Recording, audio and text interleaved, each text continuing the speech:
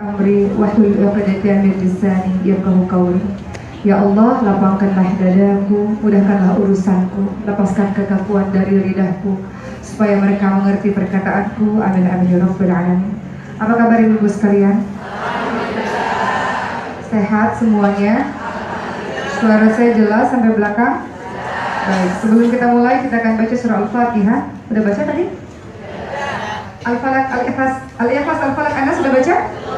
Oke, kita baca Al-Fatihah, kita baca surah Al-Ikhlas, kita baca surah Al-Falaq dan An-Nas bersama-sama. Boleh ibu sekalian? A'udzu billahi minasy syaithanir rajim. Bismillahirrahmanirrahim. Alhamdulillahi rabbil alamin. Ar-Rahmanir-Rahim. Maliki yaumiddin. Iyyaka na'budu wa iyyaka nasta'in. Ihdinas siratal mustaqim. Siratal ladzina an'amta 'alaihim ghairil maghdubi 'alaihim waladdallin.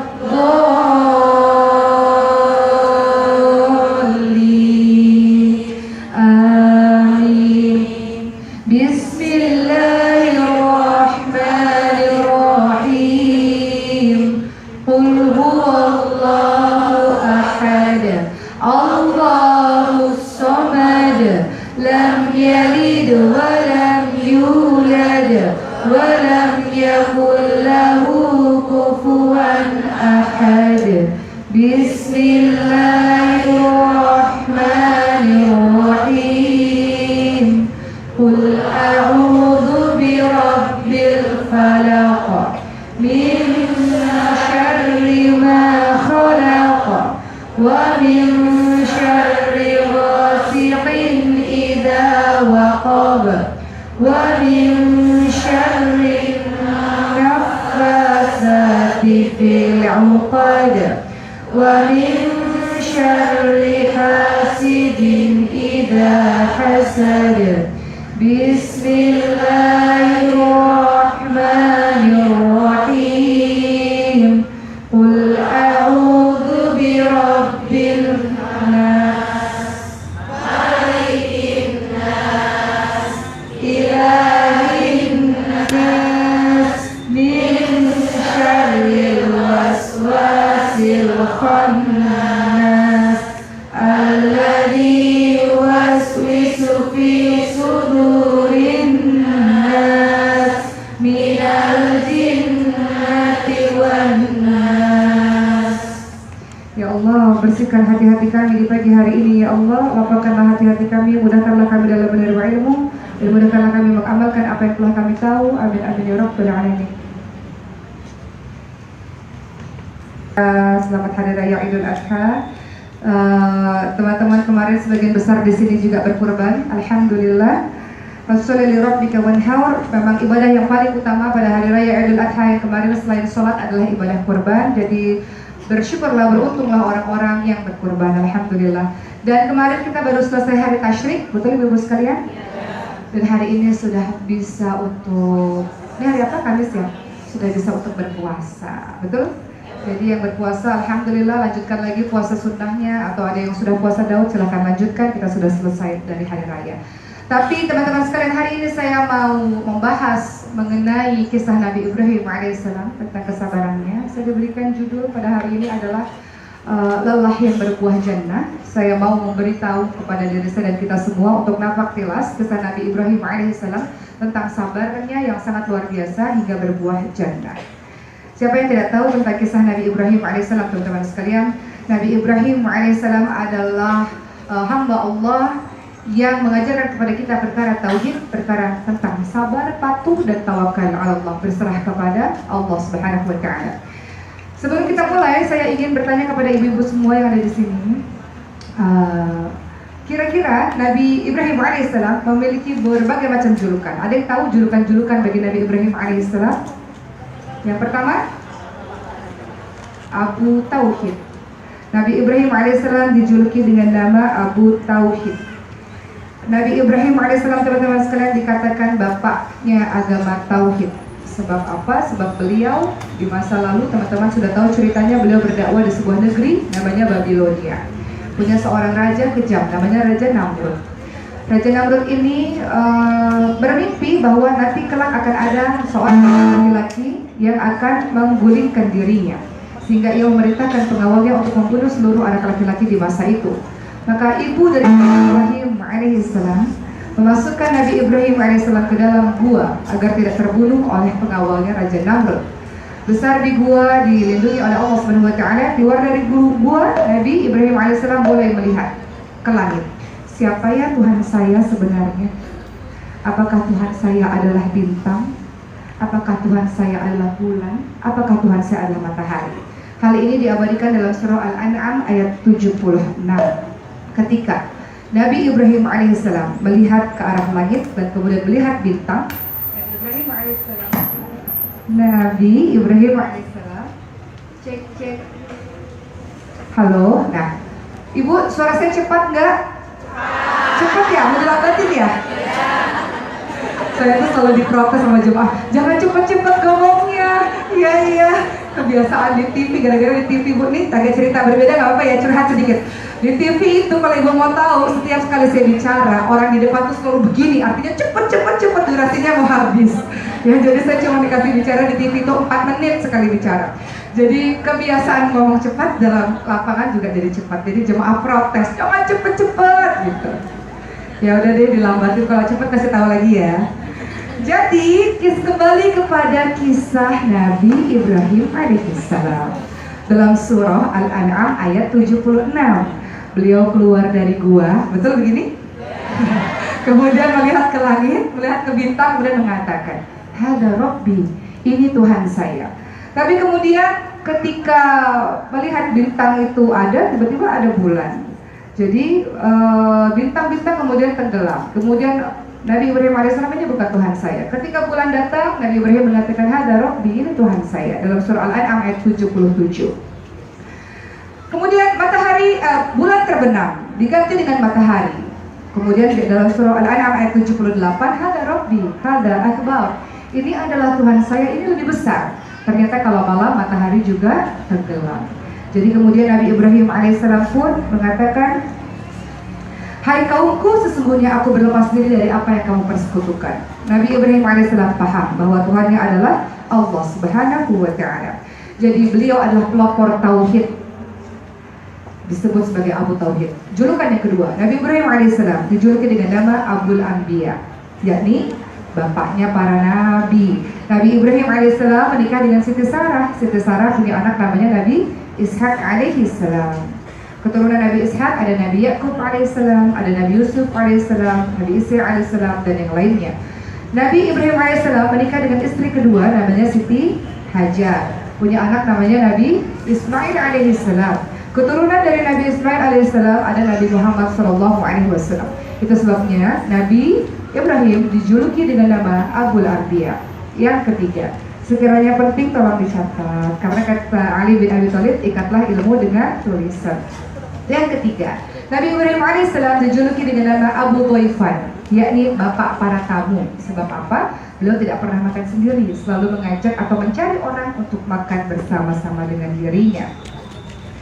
Kemudian yang keempat, Nabi Ibrahim alaihissalam dijuluki dengan nama Ulul Azmi, yakni seorang nabi yang penuh dengan kesabaran. Kesabaran dalam dakwah yang sangat luar biasa, kesabaran dalam menghadapi ujian-ujian kehidupan yang diberikan Allah kepadanya. Ulul Azmi ada beberapa nabi yang lain. Apa saja teman-teman sekalian? Nabi Musa alaihissalam, Nabi Nuh alaihissalam, Nabi Ibrahim, Nabi Isa alaihissalam, dan Nabi Muhammad sallallahu alaihi wasallam adalah 5 nabi yang sangat-sangat sabar. Termasuk Nabi Ibrahim dijuluki dengan nama Ulul Azmi. Dan yang kelima, Nabi Ibrahim alaihissalam dijuluki dengan nama Khalilullah, yakni kekasihnya Allah. Kenapa Nabi Ibrahim alaihissalam dijuluki kekasih Allah? Karena Nabi Ibrahim alaihissalam selalu mengutamakan perintah Allah daripada yang lainnya. Apa yang Allah perintahkan, sami'na wa ata'na, kami dengar, kami taat. Apa yang Allah perintahkan, dilaksanakan. Berkali-kali Allah menguji rasa cinta Nabi Ibrahim alaihissalam kepada Allah, dan ternyata Nabi Ibrahim membuktikan bahwa Allah lebih dicintai daripada yang lain-lain. Dan sekarang teman-teman sekalian, kita akan lihat bagaimana kisah kesabaran luar biasa dari Nabi Ibrahim alaihissalam. Ketika memahami Tuhannya adalah Allah, dan kemudian beliau pulang ke kampung halamannya, melihat semua kaumnya menyembah patung, termasuk ayahnya Azar adalah sang pembuat patung. Maka Nabi Ibrahim alaihissalam pun diceritakan dalam surah Al-Anbiya ayat 52 sampai 72, itu kisah tentang Nabi Ibrahim alaihissalam. Beliau berkata, teman-teman sekalian, kepada kaumnya, qala afata'buduna min dunillahi ma la yanfa'ukum syai'an wa la yadurrukum. Maka mengapa kamu menyembah Allah? Mengapa kamu menyembah kepada selain Allah sesuatu yang tidak memberi manfaat sedikit pun kepadamu dan tidak pula memberikan mudarat kepadamu? Patung tidak bisa melakukan apa-apa, tidak bisa melakukan kebaikan, tidak bisa melakukan keburukan juga. Jadi kenapa kamu menyembah patung? Begitu kira-kira yang diberitakan oleh Nabi Ibrahim kepada kaumnya dalam surah Al-Anbiya ayat 66, percakapan itu. Lalu kemudian seperti kita tahu, Nabi Ibrahim alaihissalam akhirnya menghancurkan seluruh patung-patung kecil, dan kemudian ada kapak yang besar digantungkan di patung yang besar. Maka ketika orang bertanya, siapa yang menghancurkan ini semua? Nabi Ibrahim alaihissalam menunjuk patung yang besar. Lihat itu, kapaknya, pisaunya, pemukulnya ada di kalungnya dia. Berarti dia yang melakukan. Lalu kaumnya mengatakan, dia itu tidak bisa melakukan apa-apa. Kenapa kau mengatakan patung yang besar itu yang menghancurkan? Jadi mereka sendiri menjawab, patung saja tidak bisa melakukan apa-apa. Mereka sudah menjawab sendiri, kenapa harus disembah? Akhirnya kaumnya juga Raja Namrud sangat marah, teman-teman sekalian. Dakwahnya tak diterima, akhirnya dilemparkan ke dalam api yang menggunung yang sangat besar. Pada saat itu seluruh kaumnya dikumpulkan di sebuah tempat di lapangan, dan api yang sangat besar dinyalakan dan Nabi Ibrahim alaihissalam dilemparkan ke sana. Lalu kemudian apa yang terjadi? Allah Subhanahu wa taala berfirman, "Hai api, dinginlah dan menjadi keselamatanlah bagi Ibrahim." Ibrahim alaihissalam selamat dari api tersebut.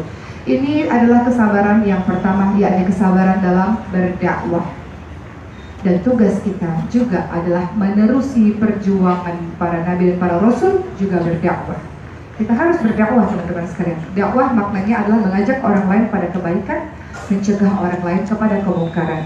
Kita semua dijuluki dengan nama kuntum khairu ummah. Kamu sekalian adalah umat terbaik. Ukhrijat linnas, dilahirkan untuk manusia. Ta'muruna bil ma'ruf wa tanhauna 'anil munkar. Kamu sekalian punya tugas, kata Allah, mengajak orang lain berbuat kepada kebaikan, mencegah orang lain berbuat kepada kemungkaran. Jadi tugas berdakwah bukan tugas seorang ustaz-ustazah yang berdiri di podium, di panggung, tidak. Tugas mengajak orang lain pada kebaikan, tugas semuanya. Seorang ibu mengajak kebaikan untuk anaknya, suami mengajak istrinya menuju kepada jalan kebaikan, seorang kakak mengajak adiknya kepada jalan kebaikan, mengajak tetangga kita pada jalan kebaikan adalah bagian dari dakwah. Namun dalam setiap proses berdakwah, dakwah itu adalah cinta. Jadi ketika kita berdakwah karena kita cinta, kita mengajak orang lain untuk jadi baik karena kita cinta. Kalau kita tak cinta, kita tidak akan pernah peduli padanya. Betul ibu sekalian? Ibu menasihati anak-anak ibu karena cinta, betul? Kalau ibu nggak cinta, terserah dia mau ngapain, nggak peduli. Tapi karena ibu cinta, ibu masih berdakwah, mengingati, menasihati kebaikan. Ibu menasihati atau mengingatkan suami ketika suami berbuat salah adalah karena cinta. Kalau ibu nggak cinta sama suami, terserah mau ngapain, tidak peduli, betul? Tapi karena ibu masih mengingatkan, artinya ibu masih cinta. Jadi dakwah itu landasan utamanya adalah cinta, mengajak orang lain untuk baik bersama-sama. Jadi itulah teman-teman sekalian, kamu dalam proses berdakwah tidak mudah. Makanya dalam surah Luqman ayat 17, ya bunayya wa aqimus shalah wa'mur bil ma'ruf wa nahy 'anil munkar wasbir 'ala ma asabak. Kata Luqman. Luqman adalah seorang, saya udah ngomong pelan-pelan ibu, nanti kalau cepat ingetin lagi ya. Jadi Luqman itu adalah seorang yang sangat bijaksana, namanya diabadikan di dalam Al-Quran, surah Luqman.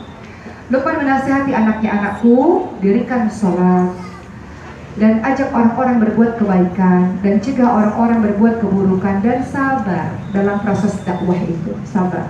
Gak ada seseorang yang kita bisa buat dia berubah, tring, memangnya sulap langsung berubah, gak bisa. Jadi saya pernah punya teman, ibu sekalian, teman saya mengatakan, suami saya gak sholat, suami saya kalau saya ikut kajian agama diledekin, Gimana caranya, nggak tahan lagi punya suami kayak gini. Harusnya suami membimbing, tapi dia malah seperti ini. Tapi dakwah berproses pelan-pelan. Akhirnya dengan doa, dengan akhlak yang baik, lama-lama suaminya mulai tertarik kepada agama. Tidak ada yang tidak mungkin. Allah yang membolak-balikkan keadaan hati seseorang. Tugas kita adalah menyampaikan. Adapun tugas hidayah adalah milik Allah, mutlak milik Allah. Lihat, Nabi Nuh alaihissalam adalah orang yang sangat soleh, berdakwah 950 tahun, tapi anak dan istrinya tidak beriman kepada Allah Subhanahu wa Ta'ala. Dakwah harus kita lakukan, adapun hidayah milik Allah. Nabi Lut alaihissalam adalah seorang hamba Allah yang soleh, namun istrinya berkhianat, tidak beriman kepada Allah. Habil Qabil bersaudara, saling mengingatkan. Habil mengingatkan saudaranya Qabil, tapi juga Qabil tidak taat kepada Allah Subhanahu wa Ta'ala. Nabi Muhammad SAW mengingatkan pamannya Abu Thalib, tapi juga Abu Thalib di akhir hidupnya tidak beriman kepada Allah Subhanahu wa Ta'ala. Tugas kita hanya menyampaikan dengan cinta. Namun hidayah adalah milik Allah Subhanahu wa Ta'ala. Begitu teman-teman sekalian. Itu kesabaran berbuah jannah yang pertama. Kesabaran dalam berdakwah, yang mana dakwah adalah tugas dari kita semua.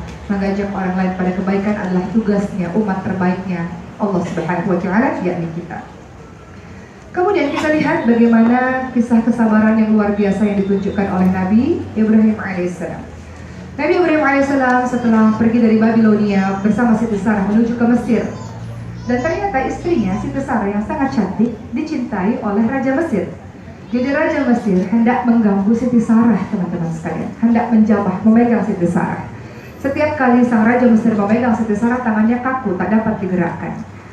Maka Raja Mesir ini minta pada Siti Sarah, berdoalah supaya saya diselamatkan. Akhirnya Siti Sarah berdoa kepada Allah, akhirnya sang Raja diselamatkan oleh Allah. Tangannya bisa bergerak lagi.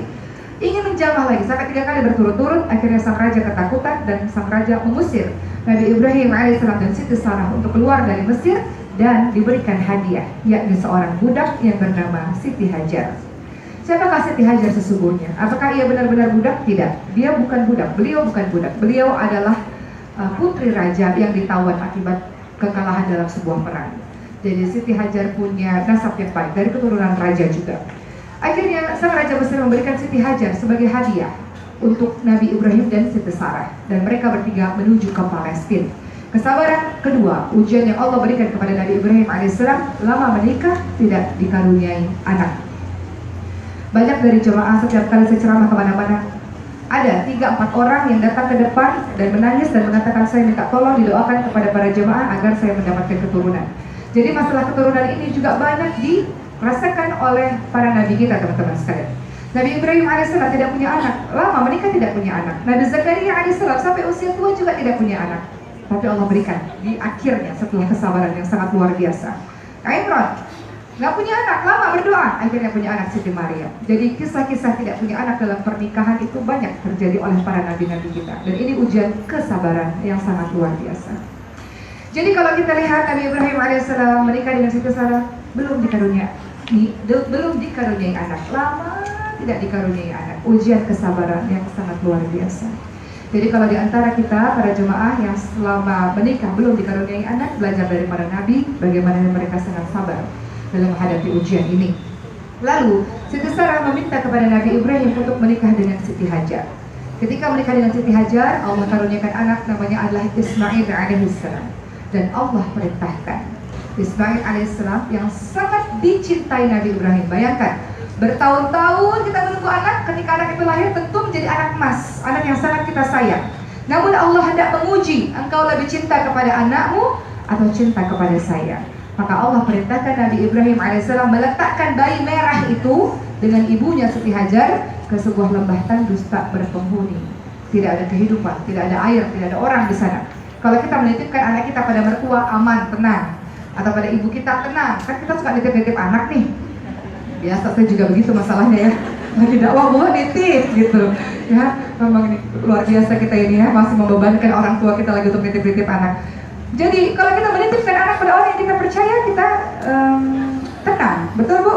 Tapi ini Allah perintahkan disuruh tinggal di sebuah tempat yang jauh, nggak ada penghuninya, nggak ada airnya, nggak ada tumbuh-tumbuhan, nggak tahu bisa hidup atau enggak. Tapi Nabi Ibrahim alaihissalam disebut Khalilullah karena mengikuti perintah Allah Subhanahu wa Ta'ala. Kalau kita, mungkin kita tidak lakukan, betul? Ya Allah, punya anak lama tiba-tiba disuruh taruh di hutan mana gitu.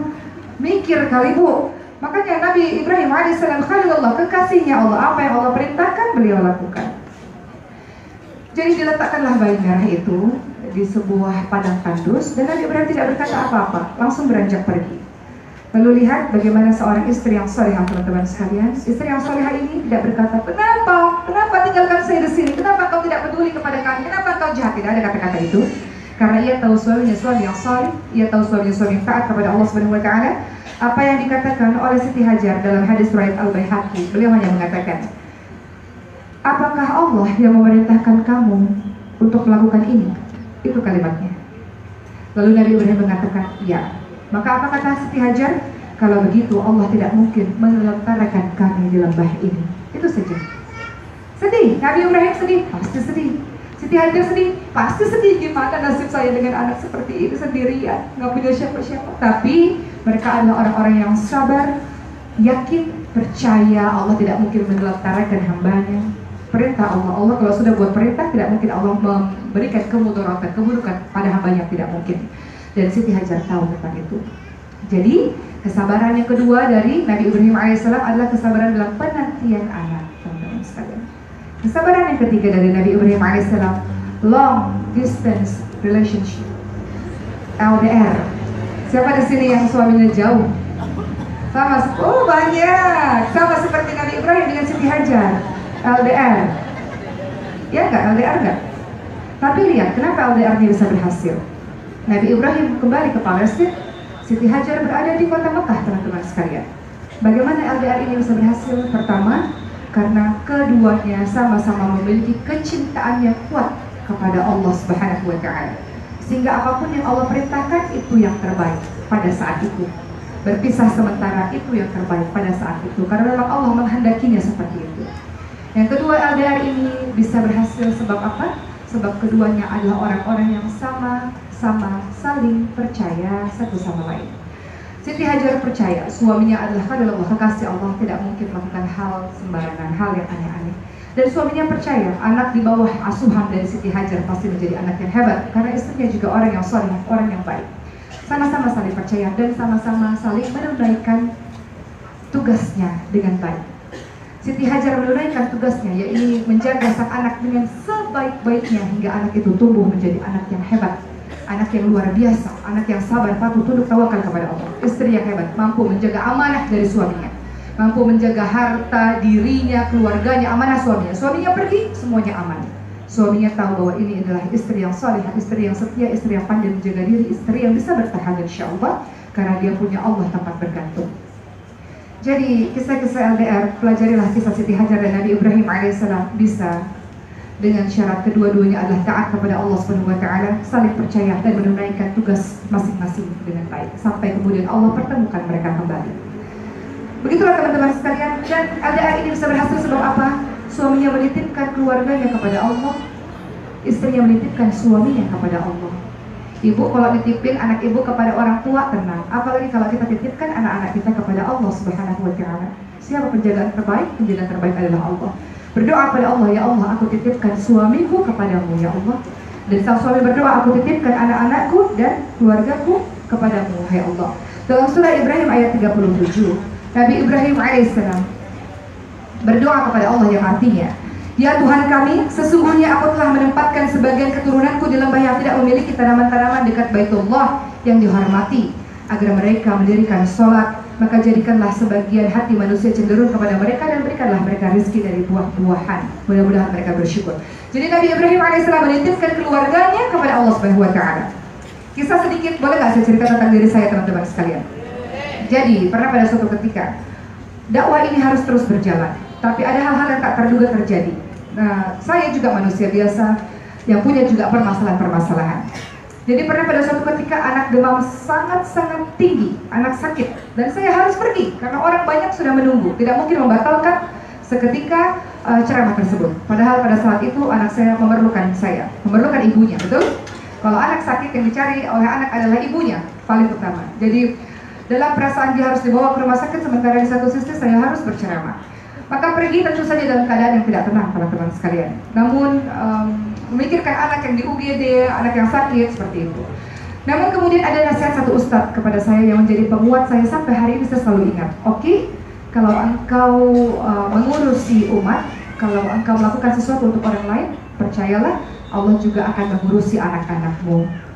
Kalau kita melakukan kebaikan untuk orang lain, percayalah Allah akan berbuat baik kepada orang-orang yang kita cintai. Jadi kita titipkan anak-anak kita kepada Allah Subhanahu wa Ta'ala. Jadi mendengar kalimat tersebut saya menangis dan hilanglah gundah gulana saya. Alhamdulillah dalam penjagaan Allah semua baik-baik saja. Jadi begitu, kisah kesabaran kembali lagi kepada Nabi Ibrahim alaihissalam. LDR itu berat memang, ya, tapi kita bisa belajar dari kisah Siti Hajar dan Nabi Ibrahim alaihissalam. Allah pertemukan kembali di waktu yang tepat pada saat semuanya sudah mulai stabil, teman-teman sekalian. Maka berikutnya anak itu tumbuh menjadi anak yang luar biasa, Nabi Ismail alaihissalam. Membicarakan kisah Nabi Ibrahim alaihissalam, teman-teman juga bisa baca surah As-Saffat ayat 100 sampai 112.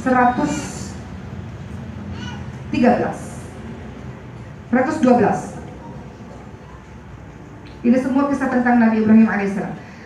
100 sampai 111, bacalah di situ saja. Itu kisah tentang Nabi Ibrahim alaihissalam dan kisah Ismail alaihissalam ketika hendak disembelih. Jadi kita lihat, dengan ibu yang hebat melahirkan anak yang hebat. Bagaimana karakter dari Nabi Ismail alaihissalam? Kita lihat karakter dari Nabi Ismail alaihissalam dalam surah As-Saffat ayat 101. Sebelumnya Nabi Ibrahim berdoa terlebih dahulu kepada Allah, Rabbi habli minas shalihin. Ya Allah, anugerahilah saya anak yang saleh. Ini juga bisa kita ikuti teman-teman sekalian untuk mendapatkan anak-anak kita jadi anak-anak yang saleh. Maka berdoalah dengan doa Nabi Ibrahim alaihissalam, Rabbi habli minas shalihin. Atau doa dalam surah Al-Furqan ayat 74.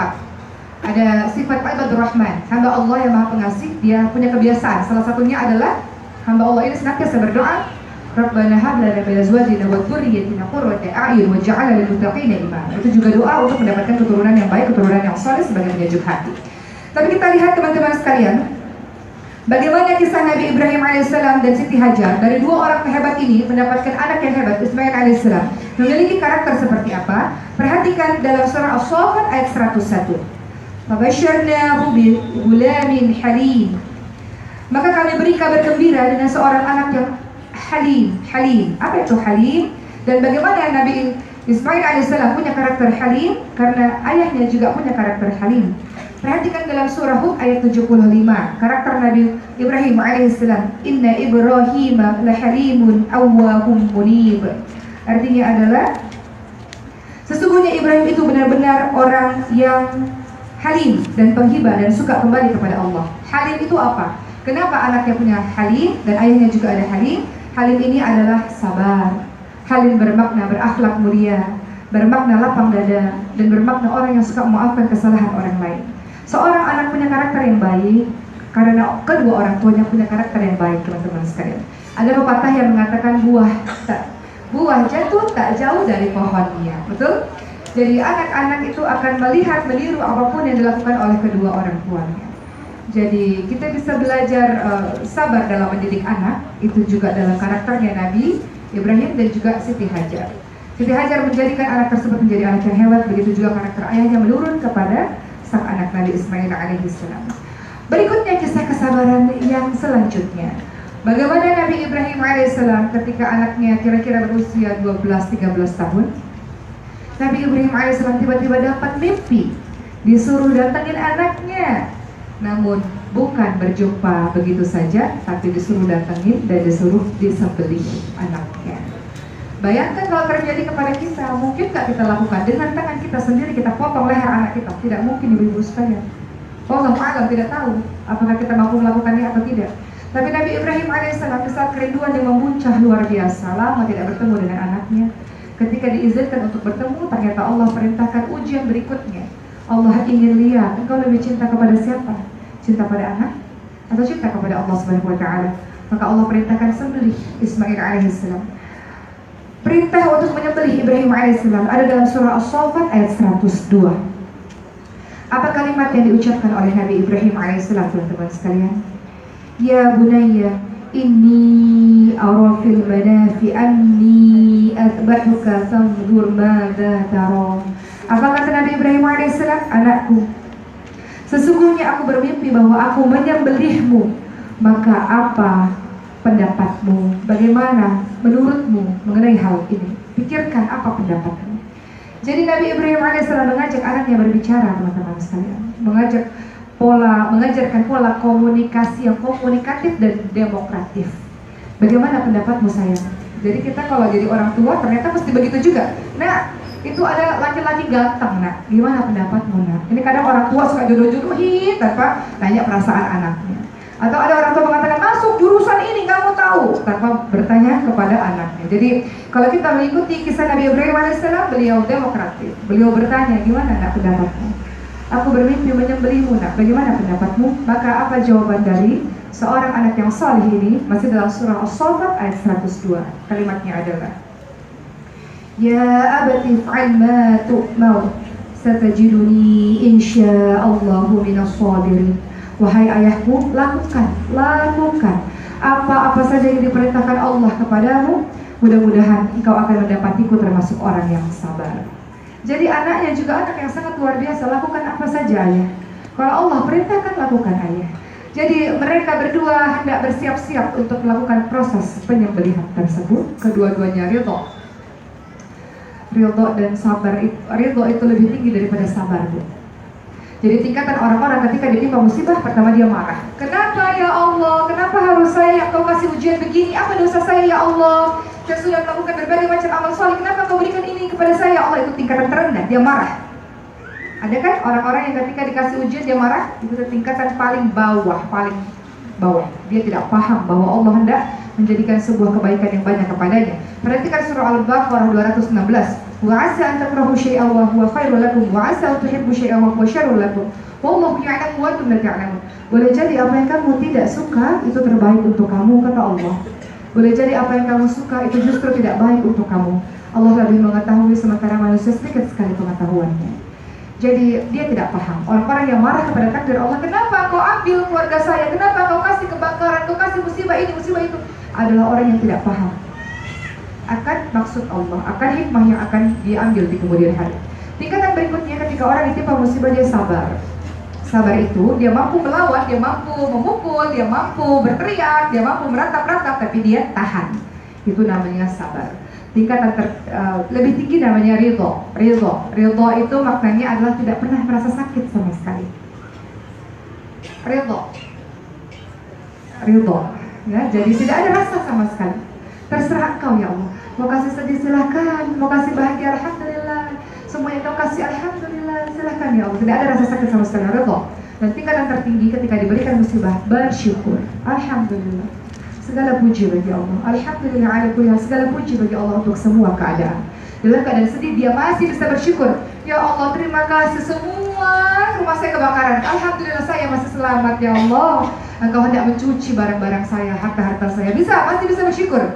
Dalam keadaan sedih, itu namanya syukur. Tingkatan tertinggi orang yang ketika ditimpa musibah. Kembali kepada kisah Nabi Ibrahim alaihissalam, teman-teman sekalian.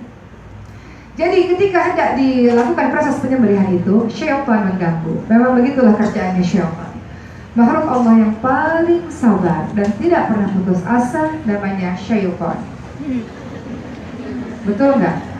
Dan dia halus banget caranya. Dia nggak akan bilang, ayo berzina sekarang, nggak mungkin. Dia akan bilang, nggak apa-apa, curhat-curhatan dulu nggak apa-apa.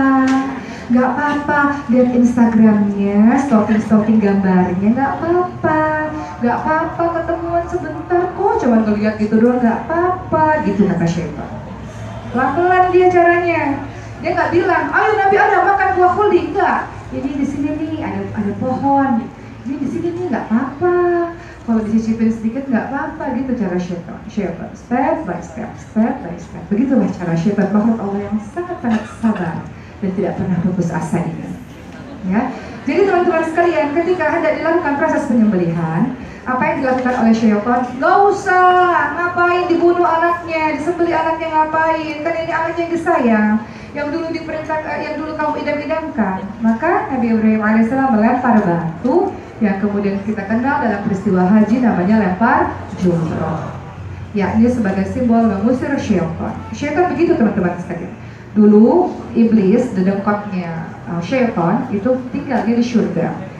Kemudian karena kesombongan. Allah suruh sujud. Sujud bukan bermakna menyembah Nabi Adam, tidak. Sujud maknanya adalah menghormati Nabi Adam.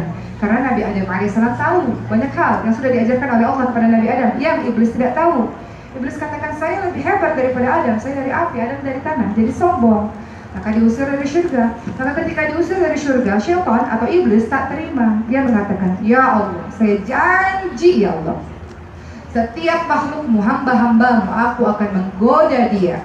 Thumma la'atiyannahum min baini aydihim wa min khalfihim wa an aymanihim wa an syama'ilihim. Aku akan senantiasa goda dia untuk jauh daripada engkau ya Allah, dari depan, dari belakang, dari kanan, dan dari kiri. Dari seluruh penjuru syaitan tak habis-habisnya akan membuat kita mengikuti jejaknya sedikit demi sedikit, sedikit demi sedikit, sampai jatuh menuju kepada dirinya.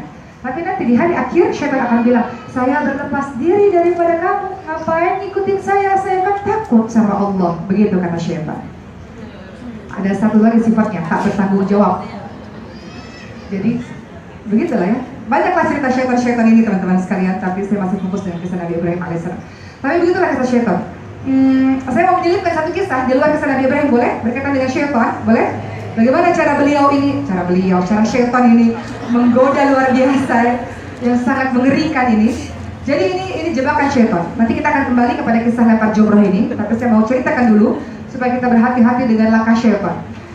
Jadi pernah ada satu kisah teman-teman sekalian, lari ya daripada tema ini ya, sedikit saja. Jadi ada satu kisah, ada 4 kakak beradik yang mau pergi untuk keluar kota. Beliau ada sebuah urusan dan memiliki satu adik perempuan yang ditinggalkan di kota tersebut. Maka 4 kakak-kakaknya ini, abang-abangnya, mas-masnya ini menitipkan adik perempuannya kepada seorang ahli ibadah yang mereka anggap ahli ibadah ini pasti bisa menjaga adiknya dengan sebaik-baiknya. Maka adik ini ditempatkan di satu rumah dan ahli ibadah ini setiap hari mengantarkan makanan di depan pintu rumah, tidak bertemu dengan si anak perempuan ini, si gadis perempuan ini. Lalu lihat bagaimana cara syaitan. Wahai ahli ibadah, masa cuma kasih makanan ditaruh di depan pintu rumah? Dia kasihan loh di rumah terus kesepian. Gak apa-apa kali ajak bicara gitu. Kira-kira bahasa modernnya begitulah ya. Gak apa-apa ajak bicara, sedikit aja tanya kabar, apa kabar, supaya dia gak kesepian. Kan dia gak tahu tiba-tiba di dalam ngapain, ada bahaya, kan kamu gak tahu. Jadi cobalah ajak bicara. Akhirnya ahli ibadah ini pun mengetuk pintu, ajak bicara di luar. Syaitan bilang lagi, jangan di luar ngomongnya, gak enak dilihat orang. Nanti orang mikirnya apa? Kamu kan ahli ibadah, dia perempuan yang bukan mahram. Nanti orang pikirannya macam-macam loh. Padahal kamu gak ngapa-ngapain, tapi orang pikirnya macam-macam. Masuk aja ke ruang tamu, gak apa-apa. Gitu kata syaitan. Masuklah ke dalam rumah. Kata syaitan, kalian cuma berdua, gak ada siapa-siapa, gak apa-apa, gak ada yang tahu. Kan saling senang. Kan udah ngobrol banyak, gak apa-apa. Pegang aja sedikit, gak apa-apa. Terus, akhirnya perempuan tersebut dihamili. Ketika perempuan itu dihamili, kemudian syaitan berkata lagi, engkau ahli ibadah, kalau orang tahu betapa malunya dirimu melakukan perbuatan hina seperti ini, bunuh perempuan tersebut. Maka sang ahli ibadah pun membunuh perempuan tersebut, lalu dikuburkan di depan halaman rumah tersebut. Lalu 4 abangnya ini, mas-masnya ini datang dan bertanya tentang adiknya. Sang ahli ibadah pun berbohong, adik engkau sakit dan sudah meninggal dunia. Tapi syaitan masuk ke dalam mimpi dari 4 pemuda ini. Yang membunuh adalah sang ahli ibadah itu kuburannya ada di depan rumahnya. Gali kuburnya, lihat itu adikmu ada di situ. Kata syaitan masuk ke dalam mimpi 4 orang pemuda ini. Ketika digali betul ada adiknya, maka dilaporkanlah kepada raja. Maka raja hendak melakukan hukuman kepada sang ahli ibadah ini. Lagi-lagi syaitan datang, syaitan mengatakan, engkau sudah terlalu jauh berbuat dosa. Siapa yang bisa tolong engkau? Gak ada yang bisa tolong. Allah juga marah sama perbuatanmu. Engkau sudah su'ul khatimah, sudah buruk. Semua ibadahmu tidak bernilai di hadapan Allah. Jadi engkau minta tolong pada siapa? Selain kepada aku. Maka jangan pada aku ya, kepada aku kata syaitan. Jadi minta tolong pada syaitan, minta tolong kepada aku kata syaitan. Jangan minta tolong pada Allah. Allah udah benci. Perbuatan dosamu banyak, engkau terlalu pendosa yang sangat luar biasa. Jadi minta tolong kepada saya tolong kamu nanti di detik-detik terakhir. Maka sang ahli ibadah ini pun pada akhirnya meminta tolong kepada syaitan dan langsung dihukum oleh raja mati, su'ul khatimah. Jadi begitulah cara syaitan teman-teman sekalian. Hati-hati dia akan goda sedikit-sedikit. Jangan pernah bermain api kalau tidak mau kebakaran. Jangan menganggap remeh dosa. Tidak ada dosa kecil ketika dilakukan terus-menerus. Jadi itu cara-cara syaitan. Makanya Allah membantah kalimat-kalimat syaitan itu dengan firman Allah dalam surah Az-Zumar ayat 53. A'udzu billahi minasyaitonir rajim. Qul ya ibadiyalladzina asrafu 'ala anfusihim la taqnatu min rahmatillah. Innallaha yaghfiru dzunuba jami'an innahu huwal ghafurur rahim. Wahai hamba-hambaku yang telah melampaui batas terhadap diri mereka sendiri. Wahai hamba-hambaku yang dosanya sangat banyak, kata Allah, jangan berputus asa dari kasih sayangku, kata Allah. Karena sesungguhnya aku mengampuni semua dosa-dosamu. Karena aku maha pengampun, maha penyayang. Begitu kata Allah. Maksud Allah adalah, seringkali kita melakukan perbuatan dosa, kita akan mengatakan, ya Allah saya pendosa, gak pantas rasanya ya Allah untuk menjadi orang yang baik. Gak pantas ya Allah. Kata Allah, jangan berputus asa. Aku menyayangi semuanya, aku mengampuni semua dosa. Jangan putus asa, kembali kepadaku. Begitu kata Allah, teman-teman sekalian. Jangan berputus asa, sama seperti ahli ibadah tadi berputus asa. Gak mau jadi orang soleh, karena syaitan membisikkan, Allah gak sayang kepadamu, engkau semua sudah dibenci, engkau buruk namanya, gak ada yang peduli kepadamu, maka ikuti jalan saya saja. Ayo, ikuti jalan saya saja. Begitu cara syaitan. Jadi dahsyat sekali syaitan, teman-teman sekalian. Pandai dia untuk membuat kita percaya dan mengikuti jejaknya. Maka kembali kepada kisah Nabi Ibrahim alaihissalam, teman-teman sekalian. Nabi Ibrahim alaihissalam untuk mengusir syaitan, dan dimulailah proses penyembelihan itu. Ketika penyembelihan itu mulai dijalankan dengan pisau yang tajam, mata yang ditutup. Pisau yang tajam itu maknanya supaya tidak menyakiti, karena agama Islam adalah agama yang penuh dengan kasih sayang. Memotong sesuatu tidak boleh menyakiti. Jadi menyembelih itu dengan pisau yang sangat tajam, maknanya adalah supaya langsung mati dan tidak menyakiti. Ketika hendak dilakukan proses penyembelihan itu, maka teman-teman perhatikan surah As-Saffat ayat 107. Wa fadainahu bidzibhin 'adhim, yakni dan kami tebus anak itu dengan seekor sembelihan yang besar. Berikutnya kalimat Allah dalam surah As-Saffat ayat 108 sampai 111. وَتَرَكْنَا عَلَيْهِ فِي الْآخِرِينَ سَلَامٌ عَلَى إِبْرَاهِيمَ كَذَلِكَ نَجْزِي الْمُحْسِنِينَ إِنَّهُ مِنْ عِبَادِنَا الْمُؤْمِنِينَ. Artinya adalah, dan kami abadikan kisah Ibrahim di kalangan orang-orang yang datang kemudian. Makanya kisah Nabi Ibrahim kita peringati dalam hari raya Idul Adha, dalam hari raya kurban, dan juga teman-teman yang sedang melakukan proses haji. Atau teman-teman nanti kalau umrah atau haji ada juga proses sa'i, lari-lari dari Safa ke Marwah. Itu menunjukkan kisahnya Nabi Siti Hajar. Jadi keluarganya Nabi Ibrahim diabadikan oleh Allah untuk jadi pelajaran bagi kita semua. Selamat sejahtera bagi Ibrahim dalam surah As-Saffat ayat 109. Demikianlah kami memberi balasan kepada orang-orang yang berbuat baik. Sungguh Ibrahim termasuk hamba-hamba yang beriman. Jadi begitulah teman-teman sekalian, kisah dari Nabi Ibrahim alaihissalam. Kita belajar kepada Nabi Ibrahim alaihissalam kisah kesabaran yang sangat luar biasa dalam setiap ujian-ujian kehidupan yang Allah berikan kepadanya. Oleh karena itu, kita harus tahu ketika saya dan teman-teman diberikan ujian kita tidak seberapa. Karena dalam hadis riwayat Tirmidzi dan Ibnu Majah dari Mus'ab bin Sa'id, seorang tabi'in, dari ayahnya, ia berkata, "Wahai Rasulullah, manusia mana yang paling berat ujiannya?" Maka Rasulullah menjawab, "Para nabi." Para nabi paling berat ujiannya, teman-teman sekalian. Kemudian yang semisalnya dan semisalnya lagi. Seseorang akan diuji sesuai dengan kondisi agamanya.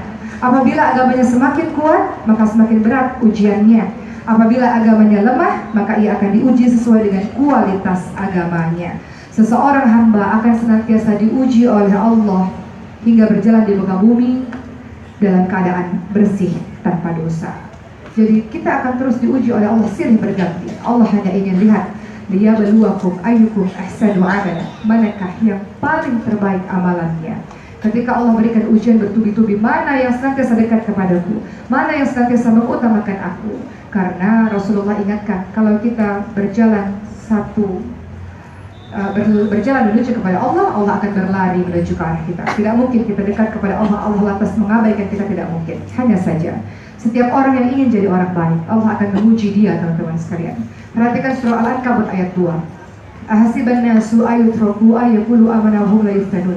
Apakah manusia mengira mereka dibiarkan begitu saja ketika mengatakan saya beriman ya Allah, sementara mereka tidak diuji? Semua orang yang ingin jadi orang baik, yang ingin berhijrah menjadi orang yang lebih baik, sepakat dengan ujian-ujian dari Allah Subhanahu wa Ta'ala. Maka teman-teman sekalian, kita harus tahu bahwa setiap ujian atau kesulitan atau ujian keimanan yang memerlukan kesabaran, kita harus paham Allah sendiri menjanjikan fa inna ma'al usri yusra, inna ma'al usri yusra. Sesungguhnya setiap kesulitan pasti satu paket ada kemudahannya. Pasti ada kemudahannya. Allah berikan masalah, Allah akan berikan jalan keluar, teman-teman sekalian. Wa may yattaqillaha yaj'al lahu makhraja wa yarzuquhu min haitsu la yahtasib wa may yatawakkal 'ala Allah fa huwa hasbuh. Barang siapa yang bertakwa kepada Allah, niscaya dia akan mengadakan baginya jalan keluar. Takwa dinaikkan, hawa nafsu akan turun. Tapi takwa turun, hawa nafsu akan liar. Kita akan melakukan perbuatan dosa dan tidak takut kepada Allah Subhanahu wa taala. Dan Allah akan berikan rezeki kalau dia bertakwa dari arah yang tak disangka-sangka. Dan barang siapa yang bertawakal kepada Allah, niscaya Allah akan mencukupkan keperluannya. Bertawakal, bersandar kepada Allah, sebagaimana teman-teman katakan tadi dalam surah Al-Ikhlas, Allahus Samad. Engkau tempat bergantung ya Allah. Kita bergantung hanya kepada Allah. Sebagaimana teman-teman tadi katakan, iyyaka na'budu wa iyyaka nasta'in. Ya Allah, hanya kepadamu lah kami menyembah dan hanya kepadamu lah kami memohon pertolongan. Begitu kan yang teman-teman ucapkan ketika sholat atau sehari-hari teman-teman baca surah Al-Fatihah. Jadi, sekarang saya akan menutup hari ini dengan kiat-kiat bagaimana caranya supaya bisa sabar, ridha, dan bahkan bersyukur dalam ujian-ujian yang Allah berikan kepada kehidupan kita. Pertama adalah melihat kepada pilihan Allah, pasti Allah memilih yang terbaik untuk kita. Pasti. Maka dalam hadis riwayat Muslim, Rasulullah SAW bersabda, sungguh menakjubkan keadaan seorang mukmin, seluruh urusannya adalah baik jika tidak didapati seluruh keadaannya adalah baik. Jika ia mendapatkan kesenangan, dia bersyukur. Ketika dia mendapatkan kesulitan, maka dia akan bersabar. Jadi semua pilihan Allah baik. Semua takdir yang Allah berikan kepada kita adalah yang terbaik untuk kita. Kemudian yang kedua, kita paham untuk bisa sabar, ridha, bersyukur atas takdir Allah. Yang kedua adalah kita tahu bahwa setiap musibah yang terjadi kepada kita adalah penghapusan dosa. Semuanya penghapusan dosa. Semua kesulitan, kesedihan, kegundahan, kepayahan yang dialami oleh seorang mukmin adalah untuk menggugurkan dosa-dosanya sebagaimana pohon menggugurkan daun-daunnya.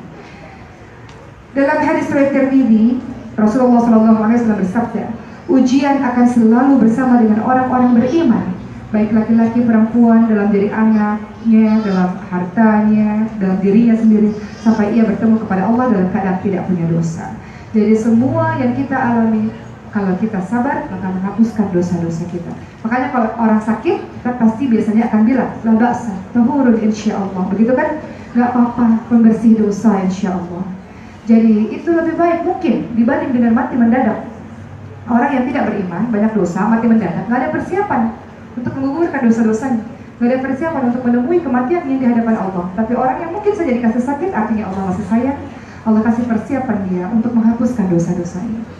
Yang ketiga, cara supaya kita sabar, bersyukur, ridha kepada apapun yang Allah berikan, perhatikan, lihat ke bawah. Banyak yang lebih susah dibanding dengan diri kita.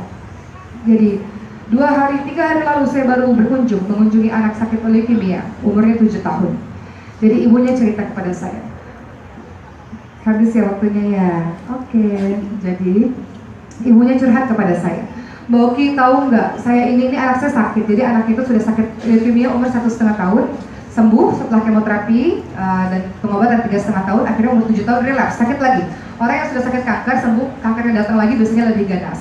Jadi ibunya bilang, saya setiap hari di rumah sakit ini bengong, tiba-tiba nangis, tiba-tiba ada ibu, 1-2 ibu yang tiba-tiba memeluk saya dan mengatakan, ibu, kenapa nangis? Ini anaknya masih sehat, cuman botak aja, itu nggak bisa jalan, udah nggak apa-apa biasa, tapi kan masih sehat, matanya masih cerah, masih bisa ketawa. Tuh lihat anak saya, kata si ibu itu, tuh lihat anak saya, bengkak di mana-mana ibu teman-teman sekalian. Kemudian memang lumpuh, sudah tidak bisa melakukan apa-apa lagi. Tuh lihat anak saya dalam keadaan begitu. Jadi anak ini masih sehat ibu, jangan nangis, begitu katanya. Kemudian teman saya semalam baru cerita, Mbak Oki, kemarin yang Mbak Oki datang ke rumah sakit. Jadi di rumah sakit itu Bu, anak yang kanker yang demam dikumpulin di satu ruangan. Dan saya mengunjungi anak-anak demam yang kanker itu, saya datang. Kemudian entah kenapa, tiba-tiba Allah takdirkan saya untuk datang ke anak yang di depan. Jadi ibunya bilang, tolong doakan Mbak Oki, tolong doakan. Maka kita sama-sama berdoa. Jadi tiba-tiba ibunya itu bilang, teman saya yang anaknya kanker lagi, dia mengatakan, ya Allah, nggak tahu apa itu maksudnya, tapi yang jelas anak itu besoknya dia koma, sampai hari ini masih koma, dan saya nggak tahu keadaan anak itu sampai hari ini koma. Jadi tiba-tiba koma dan badannya biru-biru, tidak sadarkan diri. Jadi kemudian teman saya itu mengatakan, dan ketika melihat hal-hal ini saya jadi bersyukur bahwa ternyata kondisi anak saya jauh lebih baik dibandingkan dengan anak-anak lainnya. Jadi terkadang teman-teman kita ini nggak pernah melihat ke bawah sehingga kita merasa kehidupan kita paling susah sedunia. Betul nggak teman-teman sekalian? Ada teman saya 15 kali melahirkan, 10 anak yang meninggal dunia teman-teman sekalian. Depresi, manusia biasa depresi, dia harus ke psikiater, ke psikolog, depresi.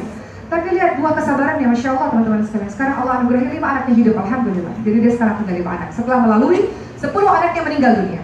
Jadi terkadang kalau kita lihat ke bawah teman-teman sekalian, kita sangat banyak bersyukur dengan apa yang Allah berikan kepada kita. Alhamdulillah punya rumah, Alhamdulillah rumah sendiri, nggak pindah-pindah kayak teman-teman yang lain. Alhamdulillah punya suami. Yang lain mungkin ada yang nggak punya suami, Alhamdulillah punya anak, yang lain mungkin nggak diberikan anak, Alhamdulillah. Atau Alhamdulillah belum punya anak, ada orang yang punya anak tapi anaknya bermasalah. Jadi semua bisa kita syukuri dalam kehidupan kita, betul teman-teman sekalian? Jadi semua apa yang Allah berikan kepada kita yang terbaik untuk kita. Husnuzon kepada Allah, prasangka baik kepada Allah karena Allah mengikuti prasangka hambanya. Yang keempat, cara bersyukur kepada Allah Subhanahu wa taala, bersabar, ridha terhadap apa yang Allah berikan kepada kita, pandai mengambil hikmah dari semua kejadian. Mungkin saja dengan kejadian-kejadian yang Allah berikan kepada kita jadi lebih rajin berzikir kepada Allah, kita lebih rajin qiyamul lail, kita lebih rajin baca Quran. Mungkin saja dulu ketika senang lupa qiyamul lail, lupa zikir. Ketika dikasih utang banyak, sakit, ujian-ujian kesedihan, baru kita zikir kepada Allah. Jadi pandai mengambil hikmah dari semua kejadian. Alhamdulillah, kejadian ini membuat lebih dekat kepada Allah. Ibu saya menderita penyakit pemphigus vulgaris, teman-teman sekalian. Penyakit kulit langka yang seluruh kulitnya melepuh seperti orang habis terbakar. Rambutnya juga kena melepuh, kemudian kuku-kukunya lepas, lidahnya terbelah, seluruh mulutnya ada 10, 15, 20 sariawan, banyak sekali. Itu terjadi tahun 2005. Alhamdulillah, karena sakit ibu saya itu, seluruh keluarga kami berhijrah di jalan Allah di tahun 2005 itu. Kalau ibu saya tak sakit, mungkin sampai hari ini saya nggak pakai jilbab. Mungkin saya nggak tahu kehidupan saya seperti apa. Tapi Allah takdirkan ibu saya sakit, kami sekeluarga mulai belajar agama dengan sungguh-sungguh. Tahun 2005 tersebut mulai memakai kerudung, dan sampailah saya menjadi saya yang sekarang. Itu semua berkat Allah takdirkan ibu saya sakit di tahun itu. Jadi pandai mengambil hikmah dari sebuah kejadian. Dan yang terakhir, mengingat bahwa balasan sabar dan ridha begitu besar. Jadi sabarnya kita dalam ujian-ujian Allah, ridhonya kita terhadap ujian-ujian Allah bukan tidak membuahkan hasil. Teman-teman perhatikan surah Al-Zumar ayat 10. As-sabiruna ajruhum bighairi hisab. Sesungguhnya hanya orang-orang yang bersabarlah yang dicukupkan pahala tanpa batas. Ibu kalau punya pulsa unlimited, gimana rasanya? Bebas. Ini pahalanya tanpa batas, pahala unlimited dari Allah untuk orang-orang yang sabar. Itu sebabnya kenapa di dalam Al-Quran banyak ayat-ayat yang berkenaan dengan sabar. Innallaha ma'as-sabirin. Sesungguhnya Allah bersama orang-orang yang sabar. Ya ayyuhalladzina amanu ista'inu bis-sabri was-shalah. Wahai orang-orang yang beriman, kalau terjadi apa-apa dalam kehidupanmu, minta tolong kepada Allah dengan sabar dan dengan sabar. Wabashshirus sabirin, beritakan kabar gembira untuk orang-orang yang sabar. Dan banyak ayat-ayat tentang kesabaran. Jadi hari ini lelah berbuah jannah temanya. Semua kehidupan kita pasti penuh dengan kelelahan, teman-teman sekalian. Ujian silih berganti akan datang menghampiri hidup kita. Tapi ingat ujian Nabi Ibrahim dan Nabi lainnya jauh lebih dahsyat daripada kita. Berbuah jannah bisa kalau kita menjadi orang-orang yang senantiasa sabar dalam menghadapi setiap ujian-ujian dalam kehidupan kita, insya Allah. Alhamdulillah sudah 1 jam saya berbicara di depan ibu-ibu sekalian. Mudah-mudahan safari dakwah saya ini titik pertama. Saya datang dari Jakarta subuh tadi, titik pertama. Selanjutnya masih ada 2 titik lagi di Jogja. Saya akan masih ceramah. Mohon doanya semoga apa yang kita lakukan ini bernilai ibadah kalau lillah. Jadi Imam Malik rahimahullah mengatakan, teman-teman sekalian, segala sesuatu yang dilakukan karena Allah dia akan berterusan. Segala sesuatu yang dilakukan bukan karena Allah dia akan putus dan berhenti. Jadi sabar dan istiqamah. Sabar dan istiqamah. Insya Allah dengan sabar dan istiqamah kita termasuk orang-orang yang mendapatkan jannah Allah. Selanjutnya saya akan panggil saudara saya, teman saya yang akan menceritakan bagaimana proyek dakwah. Dan setelah itu saya akan ceritakan bagaimana proyek dakwah juga yang sedang saya lakukan. Atau mungkin sebelum saya panggil beliau, saya ingin menceritakan dulu, saya ingin ajak ibu-ibu sekalian dalam sebuah proyek dakwah. Diberikan dengan alasan 3 hal. Alasan pertama karena kita banyak berinteraksi dengan orang banyak, kita lupa sesungguhnya sahabat terbaik kita adalah keluarganya Allah. Allah punya keluarga dari kalangan manusia, yakni penghafal Al-Quran. Kita boleh berteman dengan siapapun, orang-orang dengan latar belakang siapapun, tapi kita nggak boleh jauh-jauh dari para penghafal Al-Quran. Karena dialah yang membuat kita semakin dekat dengan Quran dan semakin ingat terus dengan Allah SWT. Kedua, pada saat itu saya selalu berpikir dengan mati. Belum tentu semua ibadah yang kita lakukan belum tentu diterima oleh Allah, teman-teman sekalian. Semua puasa puluhan tahun yang kita kerjakan, sholat puluhan tahun yang kita kerjakan belum tentu diterima oleh Allah. Sehingga kita butuh orang untuk membantu kita di akhir nanti, di yaumul hisab nanti. Kita harus menanam kebaikan sebanyak-banyaknya karena kita tidak pernah tahu tanaman mana yang berhasil tumbuh. Jadi akhirnya harus memerlukan berteman dengan para penghafal Quran untuk bantu kita di hari akhir. Ketiga, ramah bukan hanya sekedar menjadi dokter, ada saya nomor 2 dokter, bukan hanya sekedar menjadi YouTuber, ada saya nomor 3 YouTuber. Kemudian ibu saya mengatakan yang ibu bangga adalah ketika ia menjadi penghafal Al-Quran dan berakhlak Al-Quran. Jadi singkat cerita dibuatlah rumah Quran tersebut dan sekarang santrinya sudah 200 orang dari seluruh Indonesia. Ada di Bogor, ada di Jakarta, ada di Medan, di Bintaro, dan sudah selesai sekitar hampir 70 anak menghafal 30 juz Al-Quran, alhamdulillah. Jadi perjalanan safari dakwah ini kami semua masih mengontrak ibu sekarang, masih mengontrak. Tiap tahun anak-anak itu pindah. Jadi ada seorang dermawan mengatakan, boleh rumah saya nggak kosong, bisa dipakai. Jadi kami tinggal di tempat-tempat seperti itu. Tapi kemudian tentu saja biaya operasional anak-anak ini banyak, perlu makan dan sebagainya. Jadi safari dakwah ini dilakukan bersama dengan Amazing Muharram ini adalah untuk pengembangan dakwah Al-Quran, untuk membantu para pencinta Quran dimanapun mereka berada, tidak hanya di Masjid Al-Quran, tapi dimanapun mereka berada. Siapapun yang ingin menjadi orang tua asuh atau kakak asuh untuk para penghafal Quran boleh dicatat teman. Kita mungkin belum menjadi penghafal Quran, tapi kita support para pejuang Al-Quran. Mereka tak punya uang, tapi kuat tekad mereka untuk menghafalkan Al-Quran. Silakan, 100.000 per bulan, 50.000 per bulan, 200.000 per bulan. Siapapun yang menjadi orang tua asuh akan dikirimkan data anak asuhnya. Jadi ibu-ibu akan tahu anak-anaknya ini sudah lulus atau tidak menghafalkan 30 juz Al-Quran. Siapapun yang ingin bertanya tentang masalah hufaz yang menjadi orang tua asuh kakak asuh, silakan menghubungi nomor telepon 0811 927 7585 0811 927 7585. Instagramnya ada di Maskanul Hufaz, MASKANULHUFFADZ. Maskanul Hufaz, tempat tinggal yang tenang untuk para penghafal Al-Quran. Baik, saya akan panggil teman saya untuk share bagaimana tentang program Amazing Muharram, program dakwah ini. Tafadhol, silakan.